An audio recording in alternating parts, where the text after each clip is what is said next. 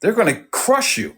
And so the decision you have to make is, do I want to hitch my wagon to this thing? Because as many people out there who are manipulative in this regard, there are 2 to 3 times as many people that are collaborative, that would want to do business with you.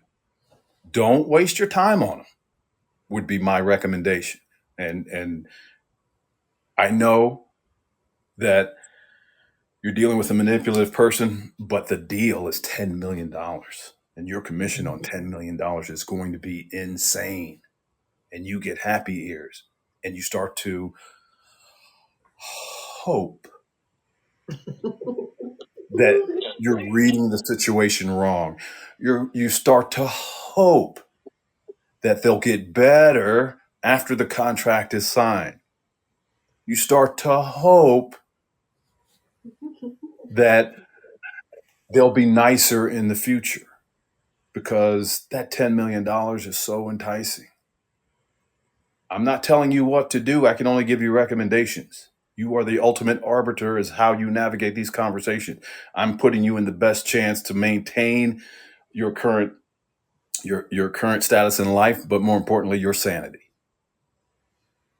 And if you proceed in the conversation, proceed with the relationship, knowing that your counterpart is exhibiting manipulative personalities, that's on you. I can't do anything about that. And these same people will come back to me and say, I can't believe that he's acting like this. Now they're asking me to do this, that, and the other thing, and that's not what we agreed to. And he's yelling and screaming, and I thought it would get better, and it hasn't. And I said, well, who do you want to throw rocks at? Who's to blame for this? Certainly not me. You made the decision. This guy, this woman showed you who they were, and you chose to ignore it. Anything from you guys? Yeah, one way to prepare for something as enticing as an amazing deal with red flags is to slow down. We don't need to make decisions or respond right away. You know, hostage negotiators, we negotiate as a team. So there's nothing wrong with saying, would you be opposed to me taking a few days to get back to you on this?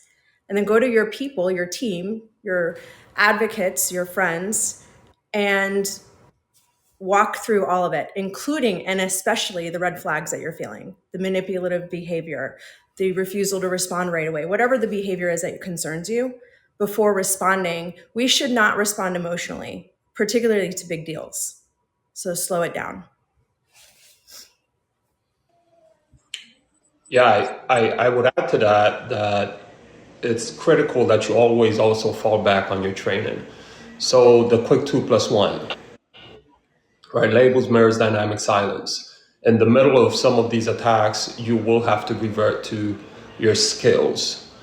In addition to this, at times you're going to have to say no to something. At times you may have to even put out an ask.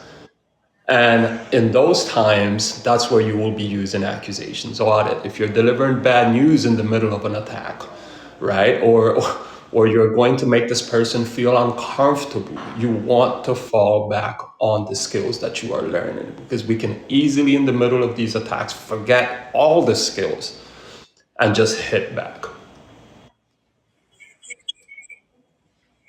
Yeah, without question. And so you're in the moment. You've iMessaged this person because you've been the subject of multiple attacks. Let's say, for the sake of this discussion, no less than 4 times in this 20-minute conversation has this person lashed out at me. And so you got to ask yourself, how long am I going to continue to be victimized? Because that's what manipulation is victimization. And we talk about tactical empathy until we're blue in the face.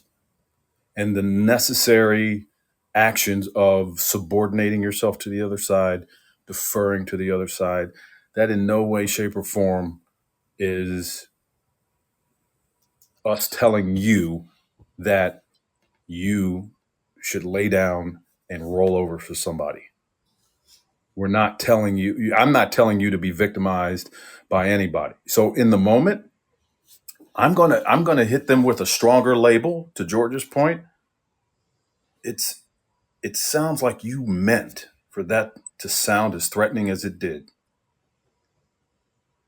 And that is another way, without assigning blame. Again, we're just picking up the data that we're getting from the other side. We repackage it and we give it back to them.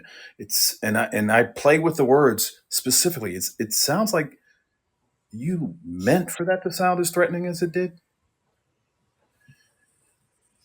There are people who engage in manipulative behavior that don't recognize it as manipulative behavior. They engage in it because nobody ever calls them on it. And so they think, this is the way to do business. And so when I want to chin check a guy or a person that's doing that with me, I'm going to say, did you? It seems like you meant for that to sound as rude as it did. It seems like you're deliberately trying to back us into a corner. The person who is manipulative unconsciously, that's going to rattle their cage. That's going to shake them out of their scripted responses to these types of conversation and have them take an introspective look at how they're conducting themselves. Now, flip side of that is the guy says, yeah, I meant for that to sound as threatening as it did. Yeah, I'm trying to back you into a corner. Decision time. You want to keep going? You want to terminate the conversation? Phases of no, as George just alluded to. I'm sorry. The way that you are engaging me just does not work for us. I've laid it out that this conversation is about to end if you don't change. I've said no to the behavior without actually saying no. I'm letting them feel it before I actually lower the boom. I'm conveying my willingness to walk away from this thing. I'm sending out one last ditch attempt to invite collaboration without attaching either of us to anything. But I'm sending the message that, knock it off, dude. I'm not going to sit here and do this much longer. And if they persist, it means it means that they don't care. And as a result, if I'm dealing with someone who clearly has demonstrated they don't care what my perspective is, I'll go find somebody who does.